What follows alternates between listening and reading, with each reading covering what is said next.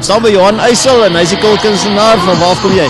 Nee, wat ek op die oomblik lyk in Pretoria, maar ek's nooit daar nie. Heel dag op die pad, heel jaar ry die wêreld vol. So jy's 'n kulkunstenaar, wat doen jy? Weet jy wat sal die beste antwoord wees? Lieg vir 'n lewe? Dis seker waarop dit neerkom. Nee, wat ek dink is lekker deesdae, jy weet, ons vermaak die mense met ons laat die onmoontlike moontlik lyk en dis die lekker, jy weet, daai illusion bring dit bietjie in die lewe en haal bietjie die kind uit die groot mens uit. Dis wat ons doen. So sê vir my, so jy het geen, soos hy aansê, daai golery nie, alles is maar net oor verblindery. Ja, nee, wat die hand is vinniger as die oog, dis ons maar waaroor dit gaan.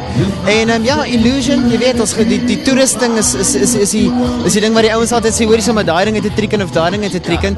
En jy sal ook sien die goed wat ons op die verhoog probeer om mee te toer, probeer ons so klein as moontlik laat lyk. Ek gebruik goed soos toue en jy weet goed dat mense ken. Ons laat dit nie Vegas lyk nie, want anders weet die ouens mos ons verneek. Van waar af kom jou liefde vir hierdie ding? Weet jy, nog altyd. Jy weet, enige kleutertjie hou ons maar van toertjies. Dis waar dit begin het. En so deur die skooljare hier 'n triek geleer, daar 'n triek en in die hoërskool toe doen ek by 'n talentaand die 2 triks wat ek ken en die volgende dag toe ek Magic Man by die skool. Nou ja, toe staan nie terugdraai nie. Okay, kan jy 'n paar triks doen met my? Kan jy 'n paar geheime vir my uitlaat? Geheime uitlap? So jy wil die geheim weet? Ja, van hoe doen jy dit? Een of ander, hoe doen jy dit? Kan jy geheim hou? Ja. Ek ook. Ja, nee. Sê vir my, doen jy vertonings net by feeste? Waar doen jy oral?